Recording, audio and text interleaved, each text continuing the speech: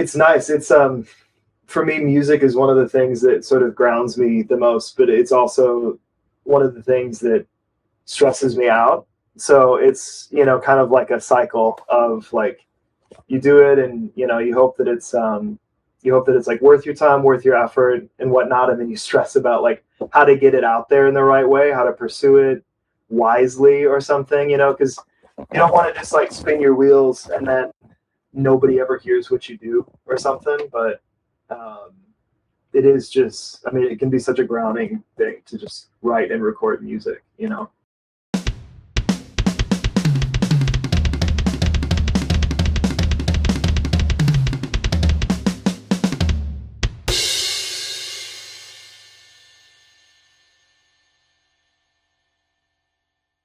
Hey everyone, welcome back to the All Music Matters in That podcast. I'm your host, Brian. And today I welcome a special guest and another one out of the Sioux Falls region. Welcome Doug from the band Wives' Tale. How you doing today, brother? I'm doing well. Thanks for having me. No worries. And we also give another shout out to Colby because he helped put this whole thing together here too, and that's why we're here right now. Hell yeah. But I guess, how'd you meet Colby? Was it just one of those backstage sort of things you just met, or you guys been good friends for a while? Yeah, he was interviewing a bunch of bands in the local Sioux Falls scene for a annual death metal fest here called Slam Dakota, and one of my other bands was on that fest last year, so we set up an interview with him, and we've stayed in touch ever since. That's good to hear. So he's done some good work out there too. So, I guess, have you lived in Sioux Falls your whole life? I guess much as you're native.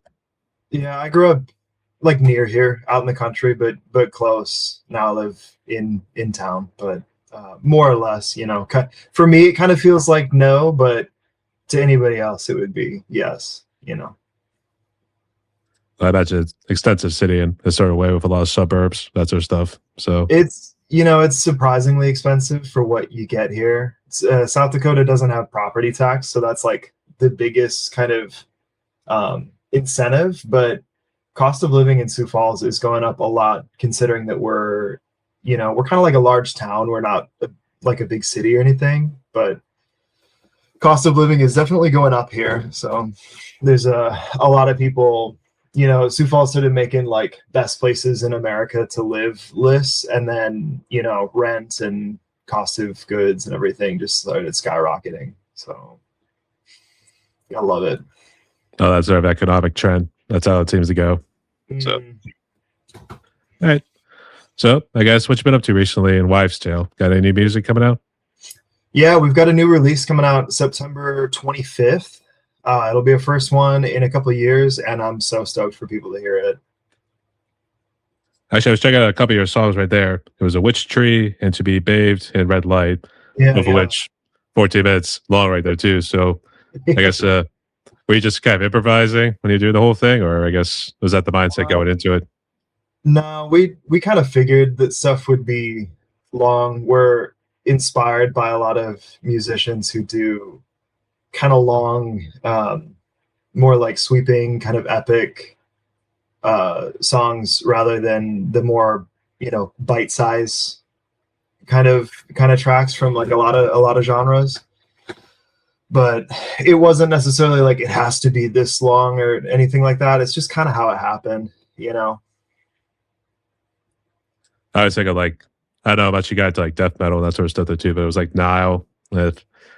Everyone kind of thought they wanted to do like the long songs with like Unis, Slayer of the Gods was like a 10-minute epic. And then like, the Carl says like, no, we're not going to try something like that. They come up with Annihilation of the Wicked. They had like 3 songs that were like over 9 minutes after that. Right.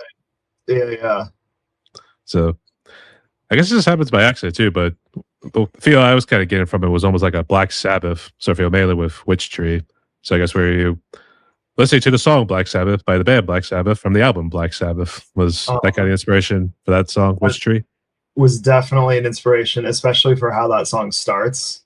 I wanted to kind of channel that that eerie vibe that intro has. At the start of that song, so I'm glad that you caught that. As you know, I did drum cover on that song Black Sabbath. So, oh, cool, hell yeah! I believe familiarized with it there too, but I always loved how the ending was there too. When it speeds up a little bit, does the nice bridge with the third verse, and jumps into Tony Iommi's first solo, the song that started it all for Black Sabbath back Right. in 1969 and 1970. They seem to jump between the 2 years there too, but it seems to be within that range, to say the least. Yeah, definitely. Right. But I will get to more influences in just a sec. But first off, Doug, welcome to my podcast here, mate. And the way it's going to work is I just want to ask you some questions, get to know you more both as the musician, but also as the individual as well here too. So, ready, mate? Let's do it. All right. So start back at the beginning when he was just a wee lad. So I guess tell the audience your backstory. I guess how you became a musician to get to this point. Sure. Yeah, I grew up playing a bit of music here and there. I played French horn in school band for a few years and dabbled in piano for a little bit. Didn't really connect with it. I got my first guitar when I was in middle school at some point, and still didn't really connect with it. And at some point, it was actually 2011, I saw a Rob Zombie concert, and their bassist at the time just like captured my attention. I was like, oh my God, I wanna do that. Like, I think bass might be the thing for me. So I bought a cheap pawn shop bass when I could find one, and joined a band in early college. And just, it was nice to have like a reason to play, kind of like a goal. Like when they asked me to join, I was like, I will if you're cool with me kind of learning as I go, but it was nice to have like a definite goal instead of like, hey, just practice and get better and then do something. It's like, hey, you gotta get better so that you can do like this, this record, so on and so forth. So yeah, then I've been playing ever since. Yeah, so did your parents have like a big help in like helping you get started with the French horn there, and then I guess they kind of been supporting you with your projects here ever since? Yeah, they were definitely like very, very supportive. Have been along the whole ride. That's good to hear. So I guess this is kind of leave it to the wives' tale here. So, so you joined your first band in college there too. I guess did you guys stick around in that group, or did you jump around a little bit before you finally decided, hey, I'm going to start my own band, Wives' Tale? Yeah, I'm still in that group. It's called The Disarmed. We're still kicking. In the process of recording our fourth record right now. So stuff's going well there. And then started Wives' Tale, sometime 2020 or 2021. So quite, like a decade, close to a decade after I joined. So I guess what was, I don't know, maybe more the history or even the name behind Wives' Tale. So I guess I start with the name first, I guess, because most people would assume there's going to be a girl involved in the band or something.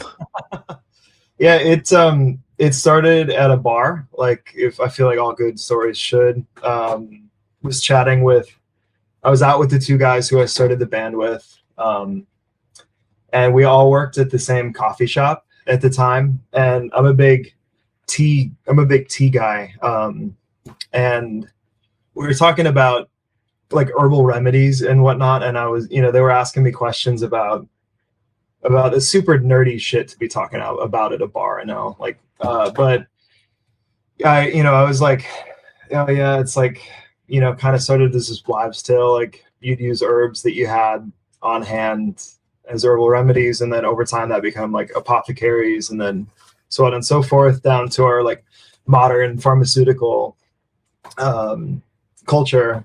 But so anyway, we were like, Wives' Tale, that's kind of a cool name. Like, could make a cool doom band with that name, so that's where that started.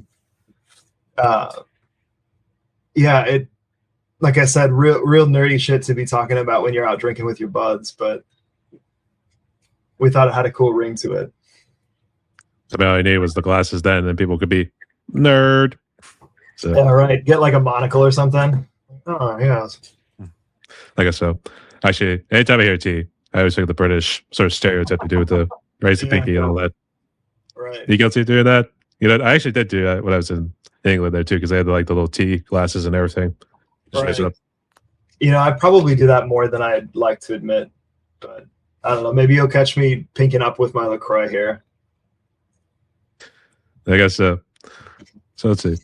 I guess the band you are currently in, the Disarmed, I guess, was there a little bit of a difference between the sound of this and Wives' Tale?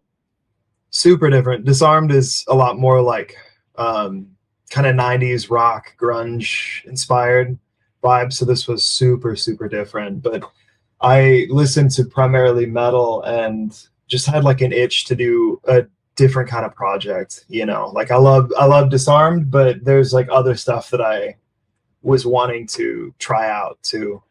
So Wives Tale was the perfect vehicle for that, you know, different kind of outlet, different kind of expression. And I've functioned a pretty different role in both bands. I'm the bassist, but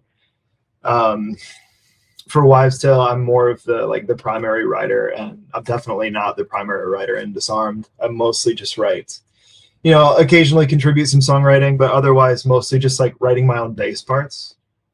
So yeah, it's just like very, very different styles and very different ways of functioning, you know, for me.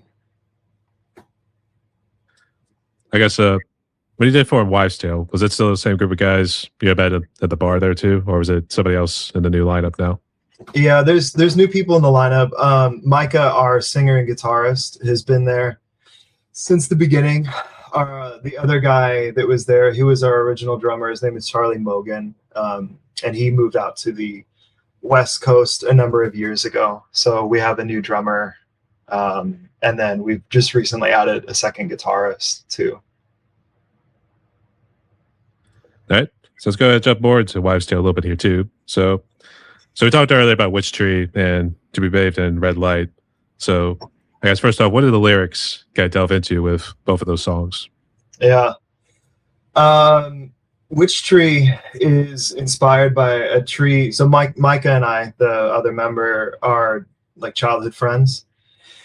And like I said, I grew up in the country near here, and there was this tree that Micah and I used to go to that was just like, it was really tall, very kind of like gnarled and mangled looking. And we started calling it the Witch Tree because it just looked like the type of place where like a witch would live in, you know, like a folk tale or something. And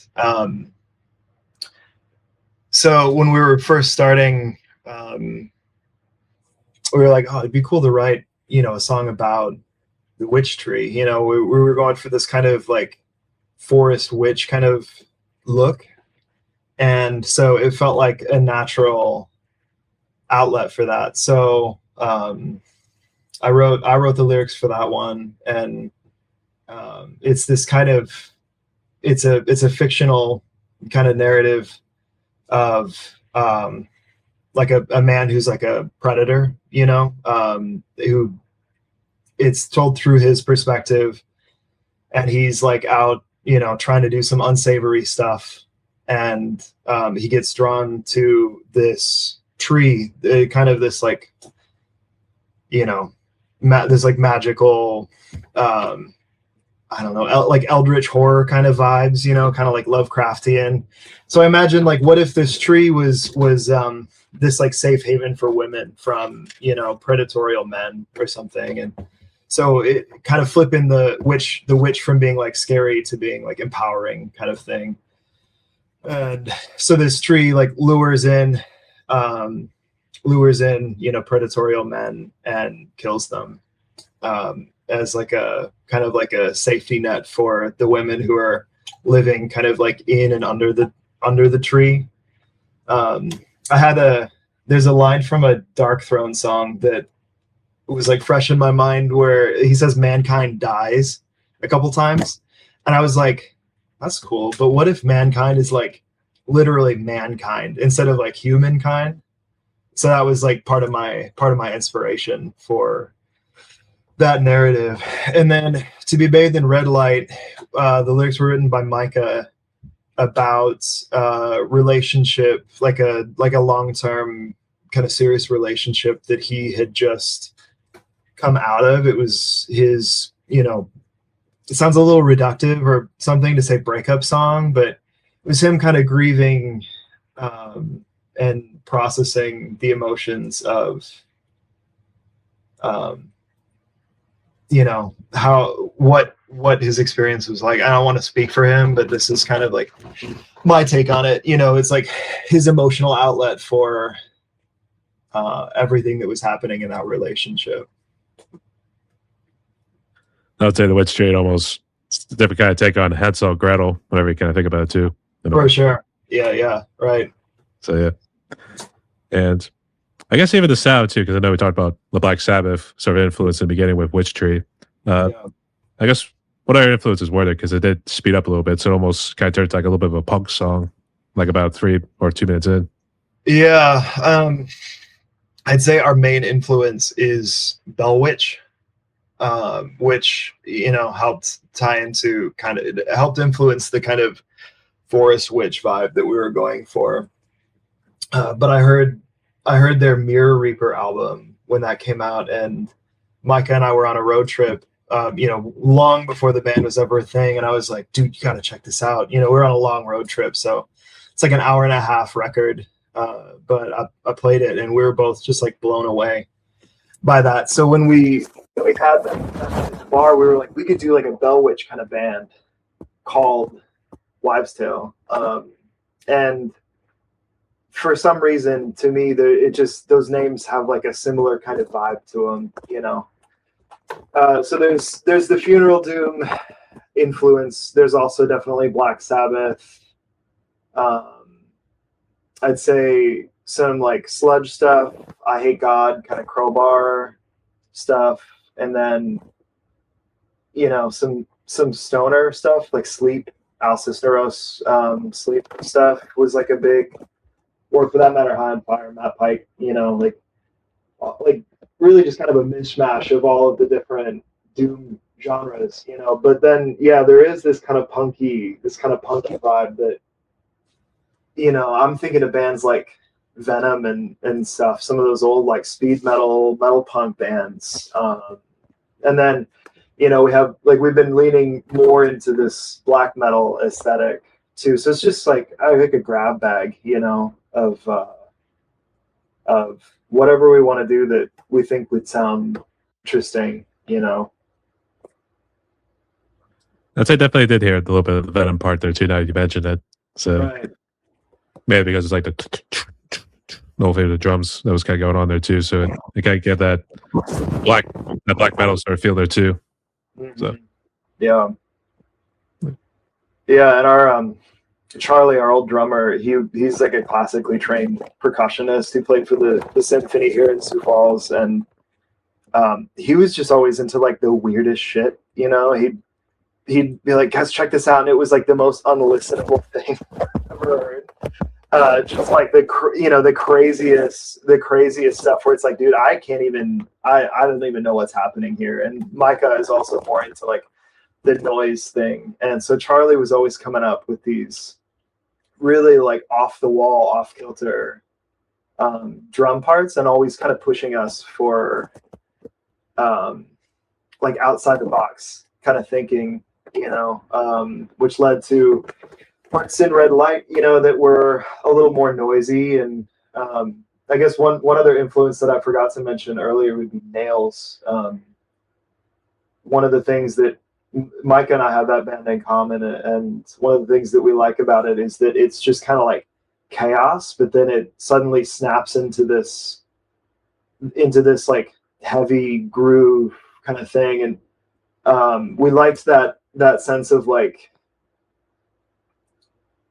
it kind of feels like things are off the rails. You're kind of thinking like, these guys just lose the plot, and then they'll drop into just like the nastiest riff you've ever heard. And so we were like, well, what if we do that but with noise, like we're kind of treading this line influenced by the experimental stuff that Charlie was into, or some of the noise bands like Swans that Micah's into, leading into like, let's just make it kind of feel like it's going off the rails. Maybe people in the audience are like, these guys just really suck, and then like we bring it back in so that they're like, oh, like that was planned the whole time, that was like a a driving force in our writing was to, I don't know, just give like an interesting journey, you know, for the listener.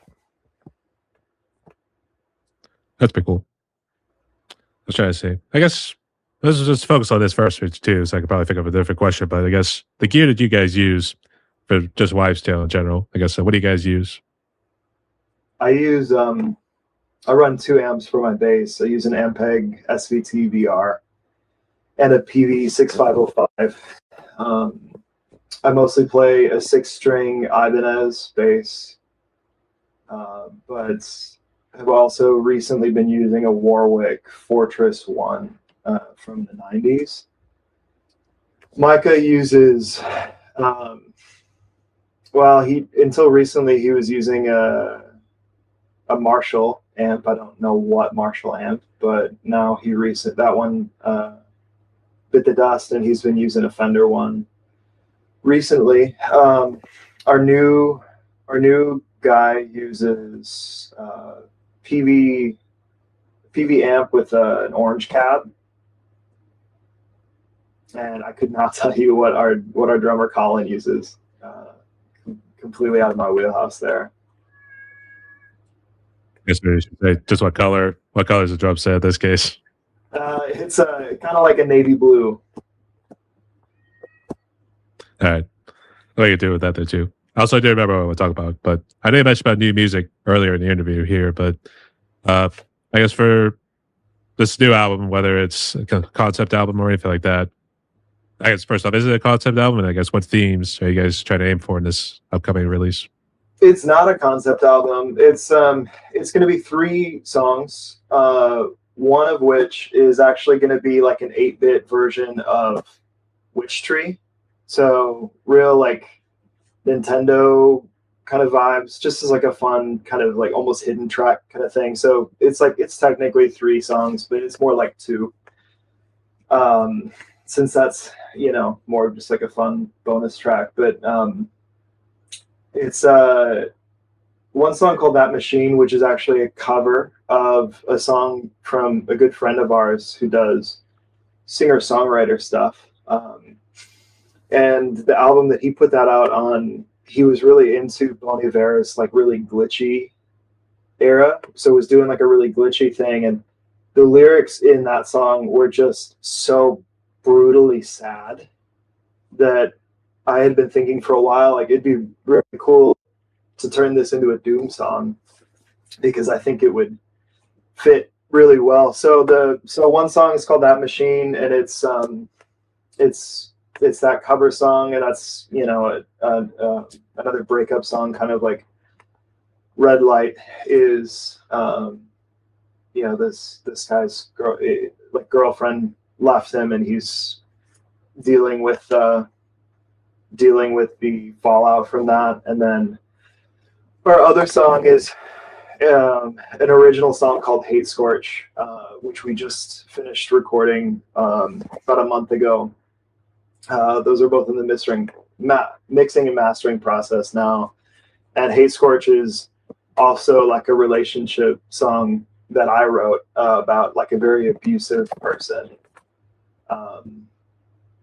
That you know, it's dealing with it's my outlet for the abuse that I had from this person, just like a very toxic person who, you know, knew how to hurt people and did it.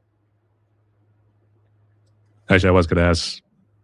I know it probably would have been uncomfortable. I was going to ask there too, because it seemed like what you talked about with Witch Tree, and I guess even just right now, right there too, it seemed like there was someone with some sort of abuse or some sort of trauma that sort of happened there too. Sometimes that's what happens with lyrics. So right, yeah. Witch Tree was like actually just fictional. It doesn't come from like any. I have been asked that before, and it like there's no real hidden meaning there.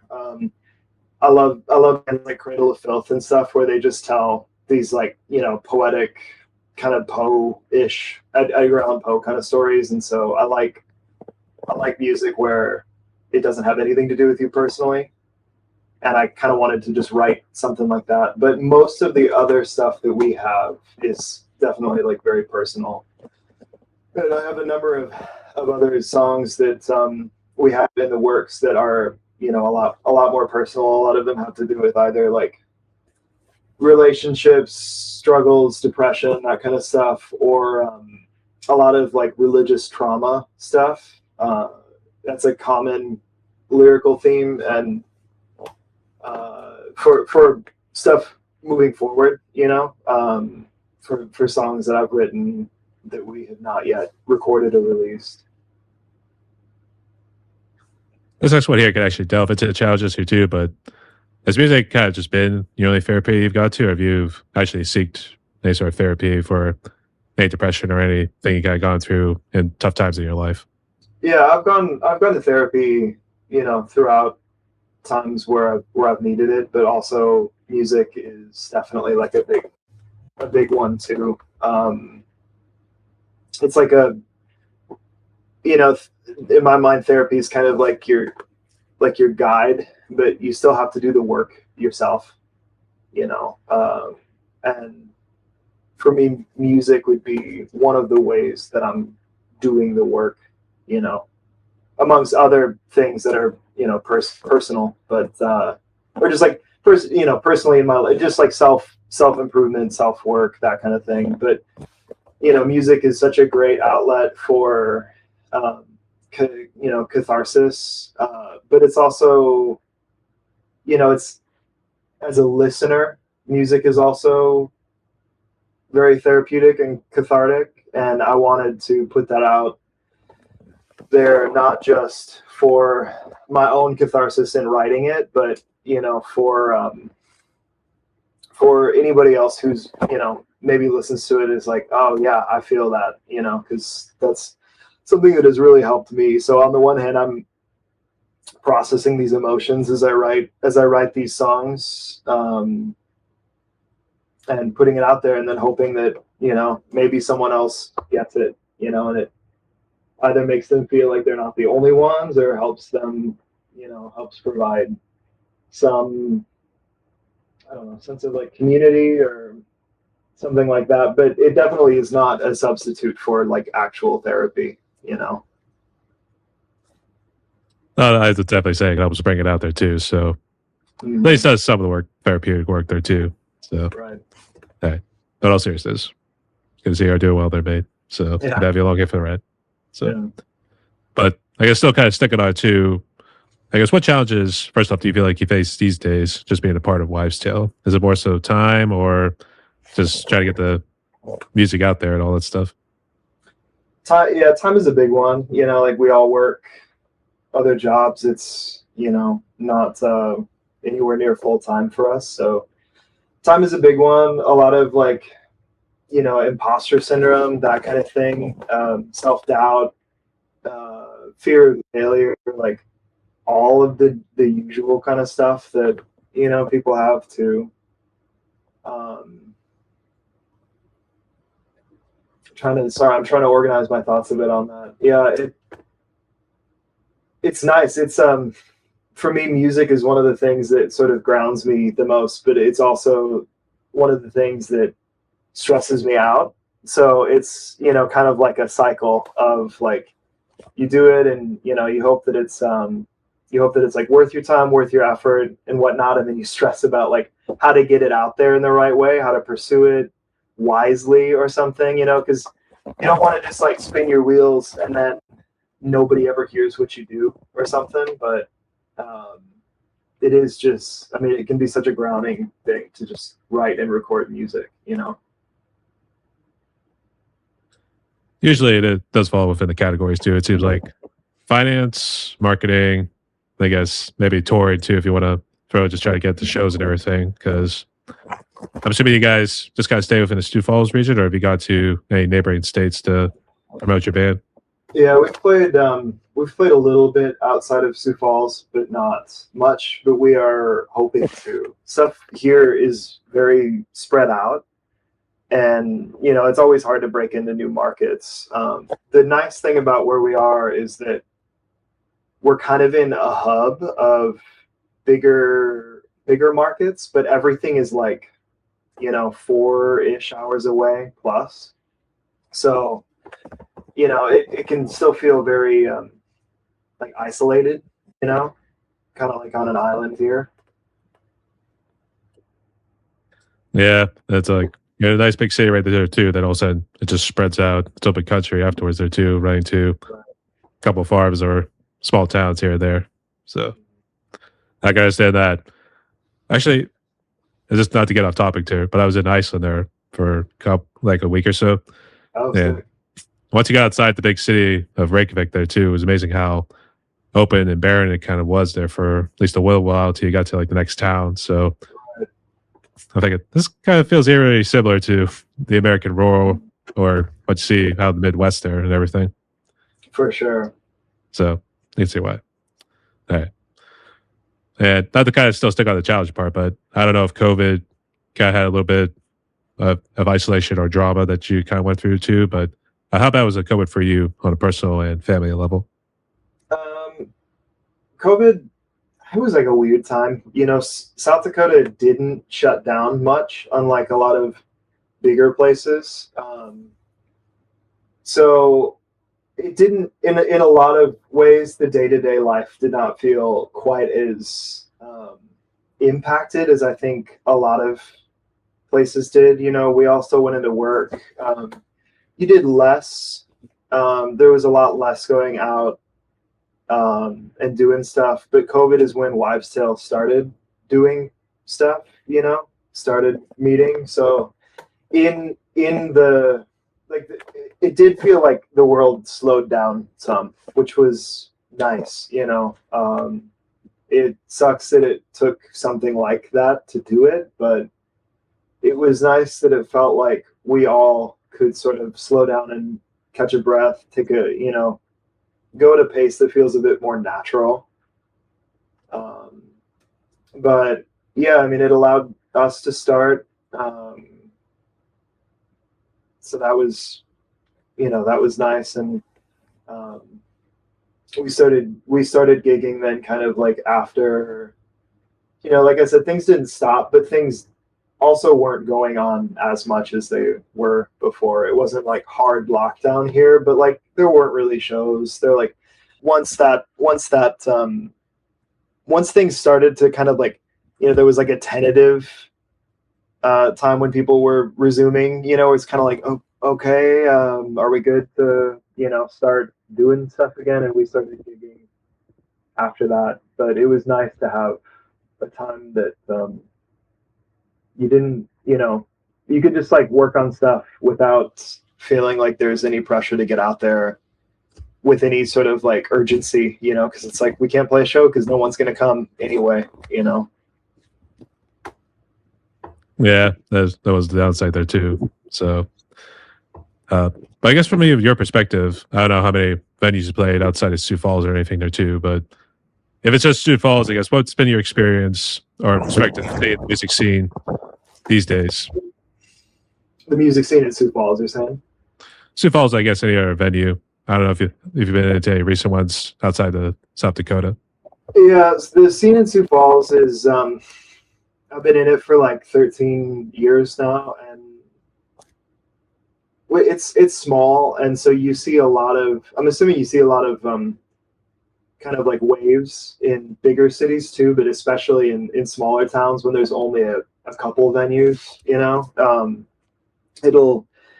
it'll kind of like get better, and then it'll get worse, and then it'll get better, and it'll get worse, depending on like what kind of people are in the scene at the time, what kind of attitude, what kind of like community there is amongst the people, what kind of venues there are to play.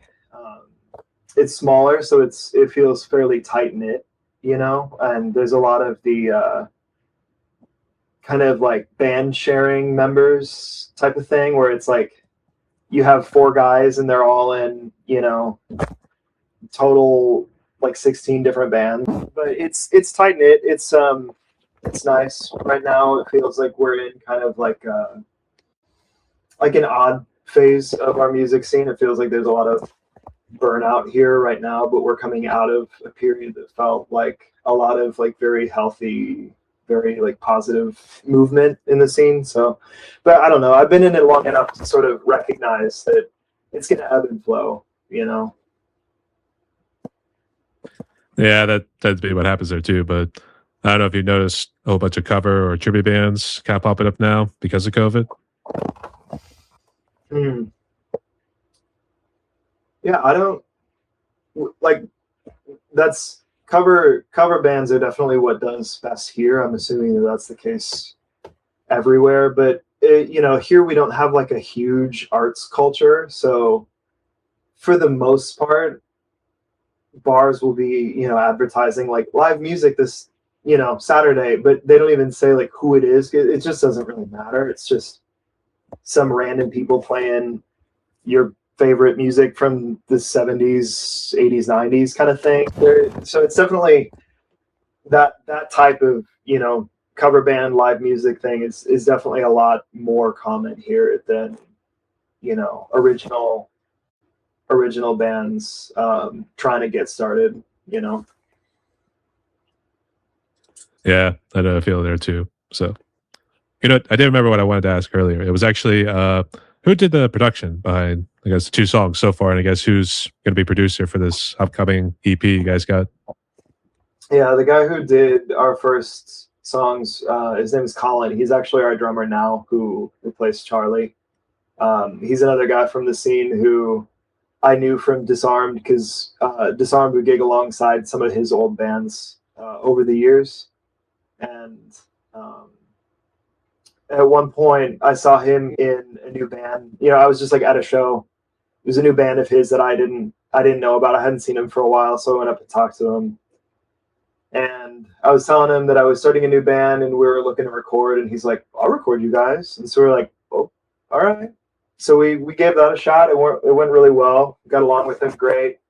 Charlie moved away, and at some point Colin was like, "So what are you guys gonna do?" And we were like, "I don't know. Like, hopefully we can find a new drummer, but around here that's really hard. It's like you lose your drummer, you lose your band a lot of times." So he was like, "Well, I'll drum for you." And we were like, "Are you a drummer?" And he's like, "No, but I've been wanting to learn." So we're like, "Okay, man, like sure." And Colin is like an insane musician. He's a bassist primarily, and just like an insane bassist. He could play circle. You know that joke with the Beatles where it's like Ringo's not even the best drummer in the band. That's like me in Wives' Tale, where it's like I'm not even the best bassist in the band. You know. So Colin joined then on as a full-time member, and he's continued to do production for our new stuff as well. So we record everything out at his place, and like I said earlier, we're in the mastering process right now. So he sent the new songs off to a connection that he has for mastering. So yeah, like still kind of all in-house as much as possible, you know. That's good to hear. It's one of those things. Lucky catch in that case. Yeah. Where he was like fish a real joke and everything. That's good. So special thanks to Colin. Thanks for stepping up when we needed you most. So yeah. Colin's the real one, yeah. The real OG or something like that. Something like that. I guess in terms of hobbies, I guess outside of music, and I don't know what your main job is, but I've seen a bunch of stuff that looks kind of folk in the background there too. But I guess what sort of hobbies do you do? Yeah,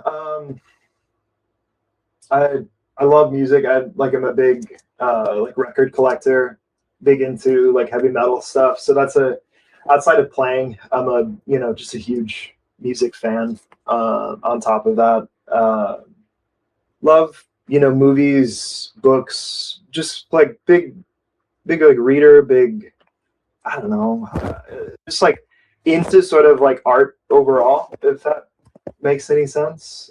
Just like artistic expression. Around here, it's a small town. There's like a decent amount of naturey stuff, and I grew up. It's the prairie, so it's not like crazy breathtaking vistas or anything. But if you know how to appreciate the prairie. I think, it has a lot of charm. And so growing up in the country, I have like an outdoor kind of streak in me. But yeah, I mean, most of the time, if I'm not, practicing for one of the various bands that I'm in, oftentimes it's just like reading, watching movies. I've gotten into like real shitty, old horror movies and stuff like that. Just like the worse movie, the better, in my eyes. So taking the plunge there. But I'm a coffee roaster for my full-time job. So it's just kind of go to work, roast a bunch of coffee, get off, go to band practice, get home, read for a little bit, go to bed, that kind of thing. Here's the stuff you read. Is it sci-fi, fantasy, some sort of nonfiction books? I like nonfiction quite a bit, and it varies a lot. Right now, I'm reading a book about the history of the James Bond franchise. I'm also reading a book about cigars and the Werner Herzog memoir. But I'm also a big Star Wars fan, which I got from my father. And so I'm always reading Star Wars books too. That's kind of like the main fiction that I'm into. I got into the Star Wars wormhole. If that's what they want to say. So sick. So I guess you're one of those guys that hate the sequels, but love everything else about Star Wars. I didn't love the sequels. Yeah, I love the EU, and it was hard when Disney decanonized it because it was such like a big thing in my life. And I was like optimistic about, they were like, well, none of this old stuff that you like is canon anymore, but we're going to replace it with something new, and the promise of like maybe it'll be even better.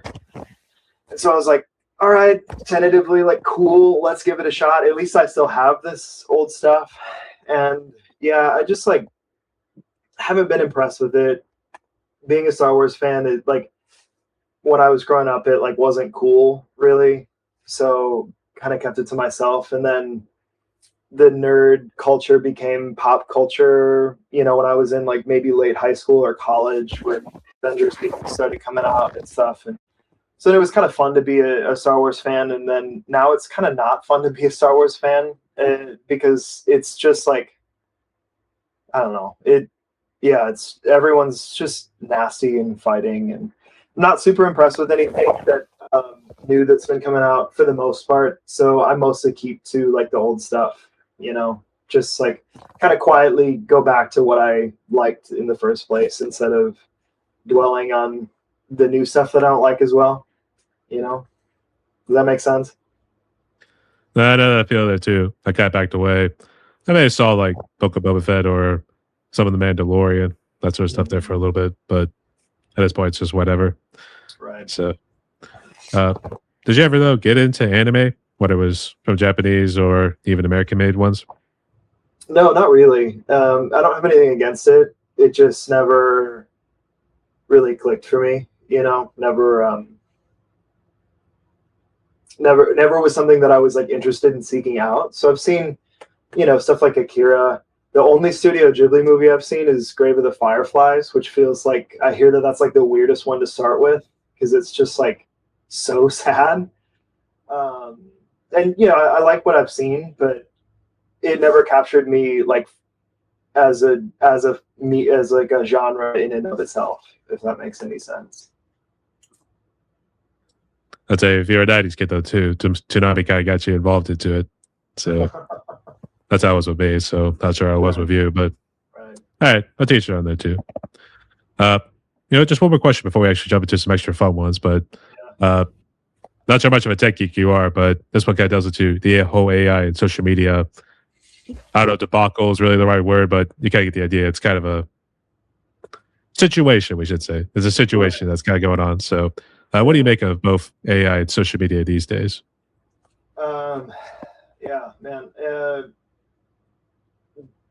I'm not qualified to speak on AI for like, medical purposes, anything like that. So kind of bracketing those uses in terms of like generative AI for artwork, advertising, that kind of thing, it just feels kind of bankrupt. I've heard the slogan, it's not artificial intelligence, it's machine learning, so it's just taking assets and, intellectual property or whatever you'd say from real artists, and then using their using their work and then taking the jobs out of their hands. So to me, it just like it misses the purpose of art, which is human creation. So I have no idea the pros or cons of it in in like the medical field, that kind of thing. But at least in terms of art, it's just like I have no interest. And then you get the environmental impact, and it just feels like corporate greed. Something that in another universe maybe could have been used to bolster humanity in some way. I don't know. It maybe could have, it maybe couldn't have, but at least the way that it's going now feels like a way to make the rich richer and the poor poorer. Yeah, so they tried. Sorry. I was going to ask, are they trying to build data centers in around Sioux Falls? I know much about the environmental impact. Yeah, they're trying to now. There's a lot of local opposition to it, but so far, City Council has not seemed to care at all about it. So South Dakota is a fairly corrupt state politically. I just don't have much hope for it, But then social media,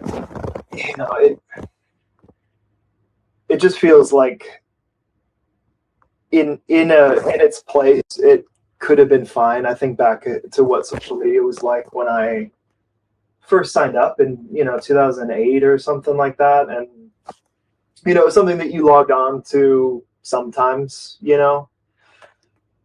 but as it is now, it just has taken up so much time. It's just created echo chambers for everyone, and in a lot of ways it doesn't feel like social media. It feels like it's disconnecting people from each other and reality rather than a way to connect with others. So I have to have it because of the band stuff, but man, I really wish that there was something else, because it feels so good to log off and just like get your head out of that digital headspace, That's for sure there too. I guess just for the audience sake, what social media and streaming platforms do you guys use for Wives' Tale? Yeah, we're on Spotify and any other, Apple Music, YouTube, any other like major streaming platforms, Bandcamp. Obviously, it's not like as big as it used to be, but I love Bandcamp for the bit that there's still left of the heyday of Bandcamp. And for like social media, we're on Instagram is like our primary one, Facebook a little bit too. So just the usual, but physical media is such a big thing for me. Like if you like an artist, buy their record, they'll really appreciate it. Oh yeah, speaking of which, you now see the whole controversy that Sony was going to get rid of their physical media, all the CDs and everything there too. And now people start coming out with their little memes, be like, due to this Sony saying this and that, we're now giving up physical copies, so now we're going to have digital, that sort of thing. Not mainly in jokes, but you get the idea. Yeah. But do you see any hope for physical media in the near future?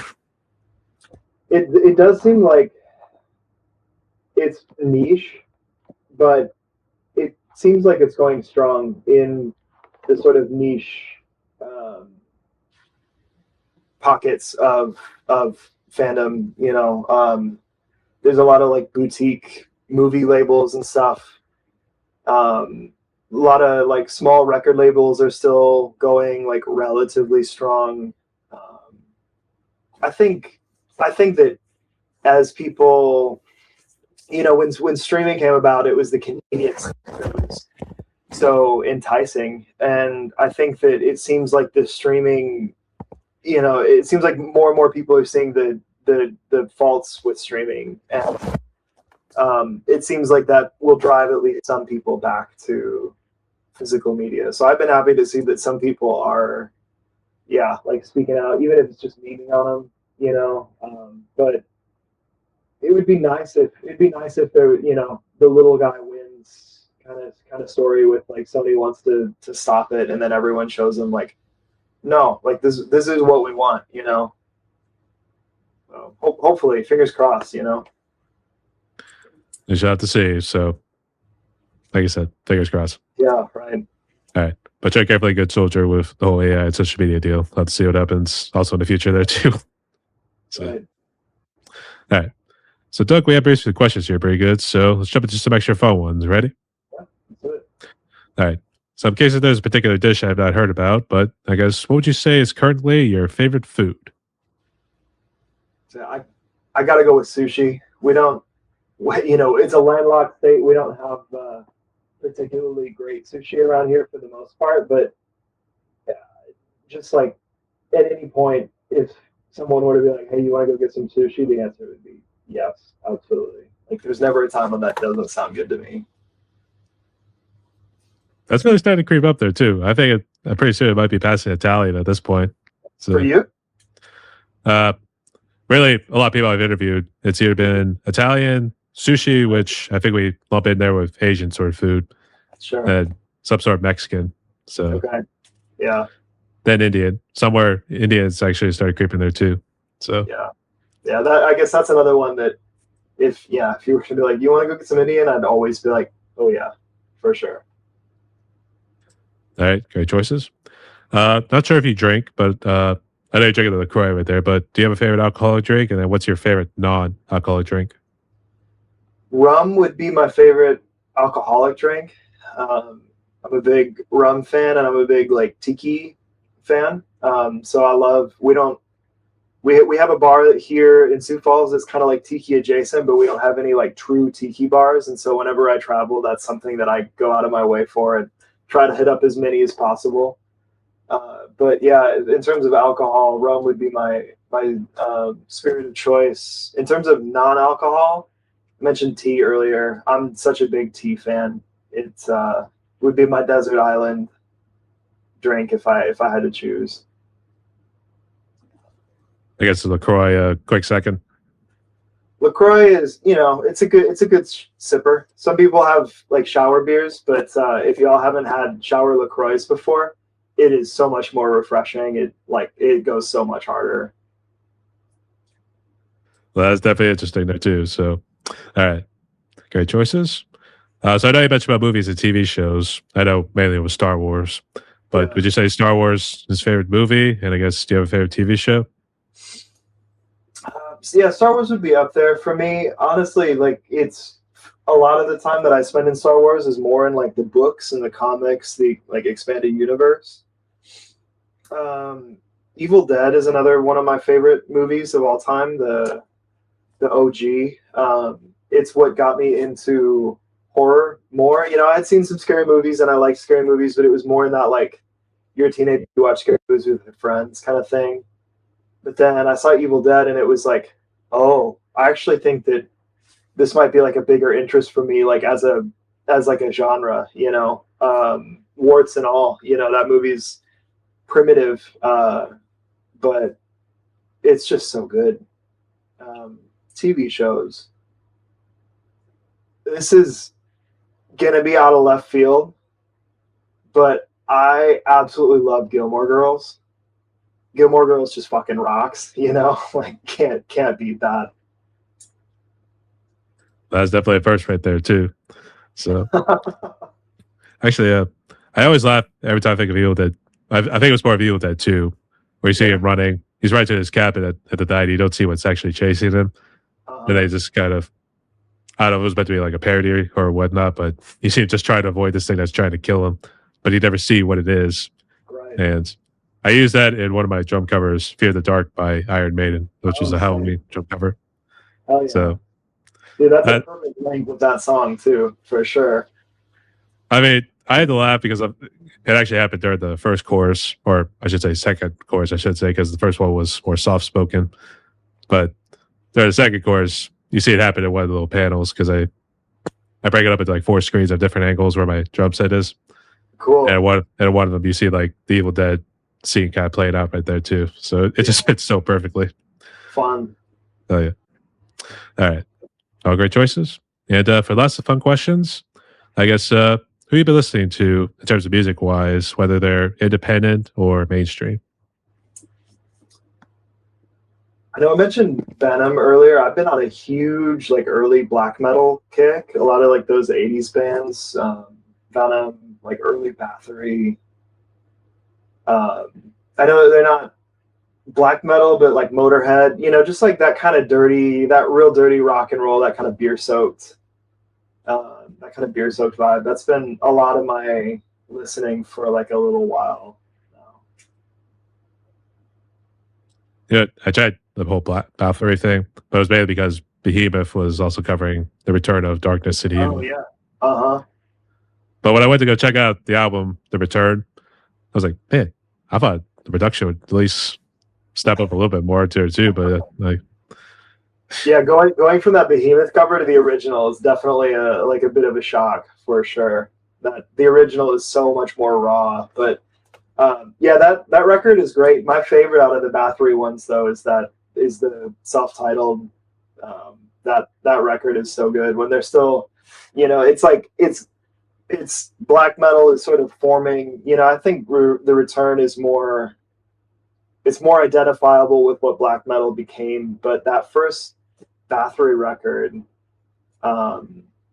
where it's just like real dirty speed metal, again, that kind of metal punk, you know, it's just like, it's so sick. definitely get credit for doing the whole black metal thing, or at least legitimizing it, because I don't know if they still count Venom. Let's just maybe give it a name to it. Yeah. I don't know. I forget how it like works. that's going to depend on who you ask, you know? Well, I think Scandinavians would be upset that an English group was the first to come up with the name, I should say. So, all right. So Doug, we are down to one more question in my podcast. I guess before we jump into it, would you like to ask me anything real quick? No, let's get to it. All right.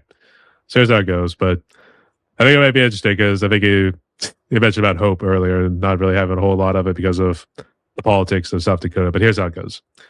Given about negativity you've been seeing going on in the world these days through social media, news, or whatnot, these days people definitely need some sort of hope. So what would be your message of hope for musicians and people out there so that they can move forward with their lives? Yeah, what I said about not having hope in it was more like circumstantially for the data center here in Sioux Falls. I do think, like I said earlier, when you log off of social media and you just talk to people in person, a lot of the times people don't seem as crazy as it can on social media. When you're talking to people face to face, it's, I think, a lot easier to remember. Like, we all, I think, in one way or another, want the same thing. You know, my hope would be that that we can find, you know, ways to reconcile how to get there. You know, but I think fundamentally, most people just want to have some security, want to have the ability to live, you know, enjoy life as much as possible. And I think that there's hope in the communities that you can like invest in, you know, the real world communities, and you know, like the online stuff. When it, you know, if you don't have much geographically near you, you know, online stuff, but real world, just like person to person, you know, most of us have a lot more in common with each other than I think we often think we do. So it seems like, I don't know, I hope that more people are coming to that sort of awareness, you know. I would hope. So fingers crossed on that one. Hey, Yeah. spoke like a true prodigy. So, all right. So, Doug, we have reached the end of my podcast right here. We talked a little over an hour, but I guess before we close out, would you like to give any shout outs to anybody real quick? Yeah, shout out Colby. Thanks for setting this up. Shout out the other guys in the band. It's great to work with them. Shout out Bryan from Fia Productions, who we put out our first demos with. She was great to work with. And thanks for having me. Appreciate your time. No worries. But also give a shout out to Jorel or JRel. Looks like gotta go for something right now here too. So we'll give him a shout out. And the bands he's a part of with Pray for Villains and Temple of Soil. So yeah, he's a great and everybody else there too, because I know we mentioned about Exhausted earlier. Mm-hmm. Let's see. Traversion, I know was another one. Mm-hmm. I can't remember. I was gonna shout out to all the people, even though they're based out of Michigan there too, but Colby helped me get set up with them too. So all right. And you guys too. Everything else. So Disarmed and Wives' Tale. So thank you. All right. And lastly, just for the audience sake, can you just mention social media and streaming platforms you guys are on again, so I can just check you out and interact? Yeah, check us out on Facebook, on Instagram, Wives' Tale, and then we're on streaming platforms, Apple Music, Spotify, Bandcamp, YouTube, any of the other more minor ones. We're there. So give us a follow. We have new stuff coming out at the end of September, and hope to see you there. All right, sounds good. So let me just close out like this real quick. So everyone, my guest today was Doug. He's hailed from Sioux Falls, South Dakota. He's part of a couple groups, Disarmed, but mainly in this interview we're talking about Wives' Tale. But nonetheless, go check out both groups on all the socials, all streaming platforms, everything.